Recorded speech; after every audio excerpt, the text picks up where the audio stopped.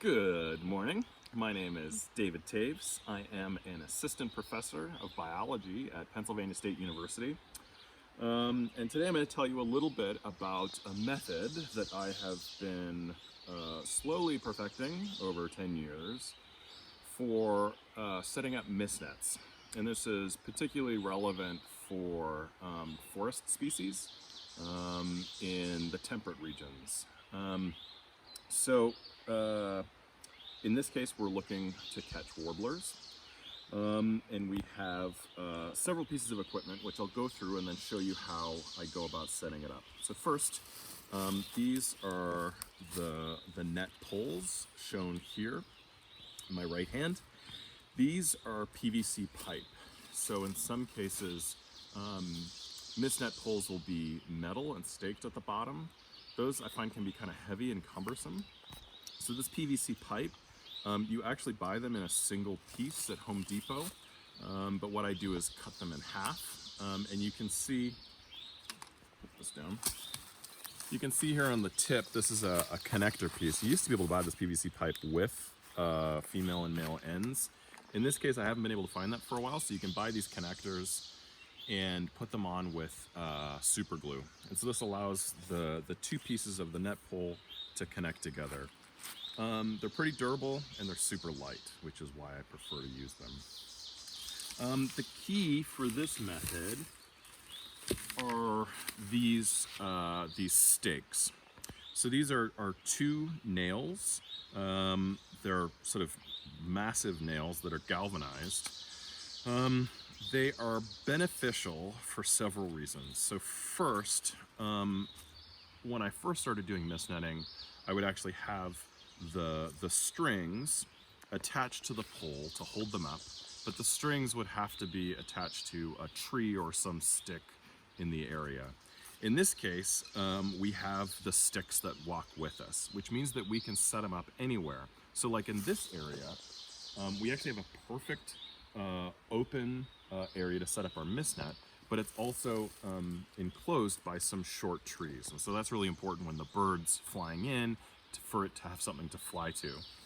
But if we were trying to attach these strings to a tree, that's basically, non-existent. So having stakes that go with you are really beneficial for setting up really anywhere.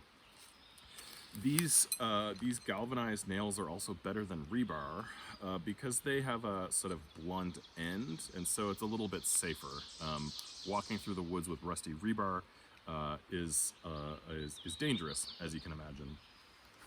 And I've also pre-attached the strings that will eventually serve as the guard wires on the ends of the poles. Now this string, I'm actually pretty particular about the string that I have. You can see that it's got sort of an internal cord, but basically once it gets a little bit dirty, it's got a nice texture and it doesn't get tangled very easily.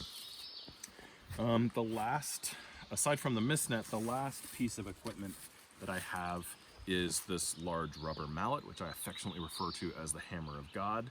This can help putting in the stakes in soils where it might not otherwise be easier to stomp on. And finally, the mist net. I have used a variety of types of mist nets over the years. In this case, this is a US-made nylon mist net with sparrow-sized netting, and it's 9 meters. I used to use a 6-meter net, but it was too small. And any of you who've used a 12-meter net in the forest, it's just too long. And so the 9-meter net is just this perfect medium size, large enough that it sort of covers a large area, and small enough that you can pretty much fit it anywhere. So what I'm going to do now is sort of walk you through how I'm able to set this mist net up by myself. Obviously, if you're working in the forest doing research, you're not going to be wanting to work on your own, but if you're sort of divvying up tasks in terms of the field work, it can sometimes be helpful to be able to set this up on your own. So I'll first start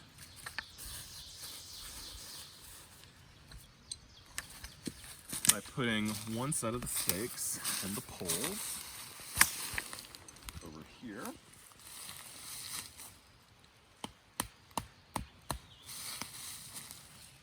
So I spaced them at least about 1 meter apart. You need to have them at least a foot apart on either side of the pole.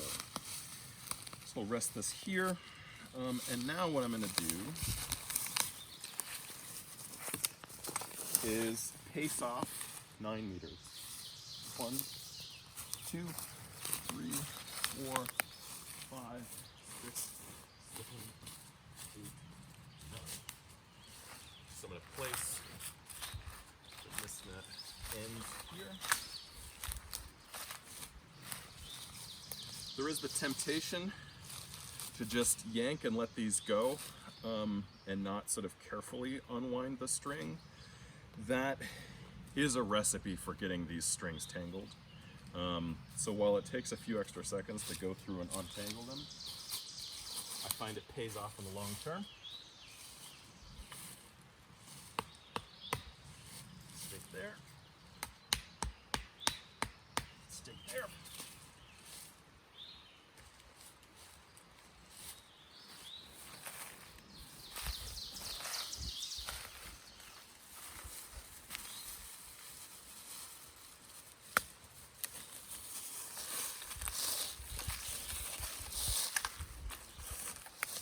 So we have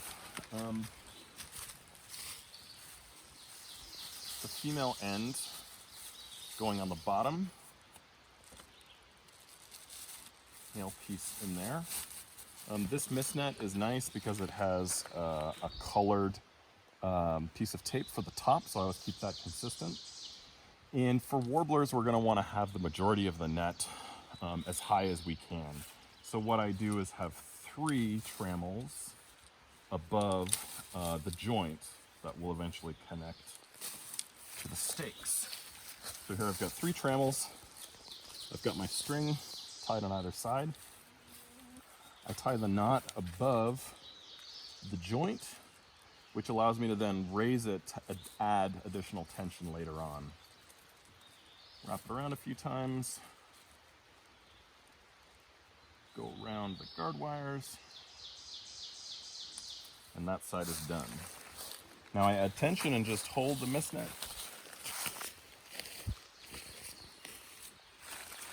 And carefully walk to the other side. Now, if I've measured it correctly, I should end up at the pole and the stakes, which I just set down. Sometimes that can take a little practice, and you may need to start over and remeasure, but in this case we've measured it pretty well. Second stake.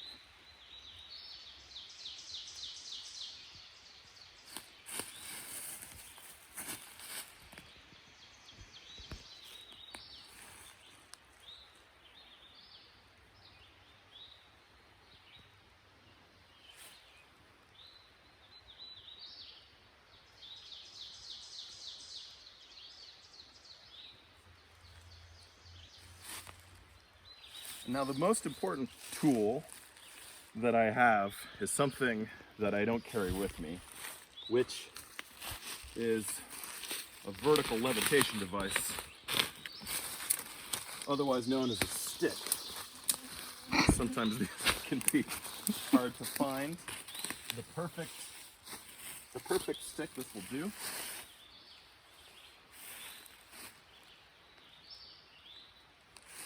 Now the nice thing about these knots is that it looks a little bit slack right now, but I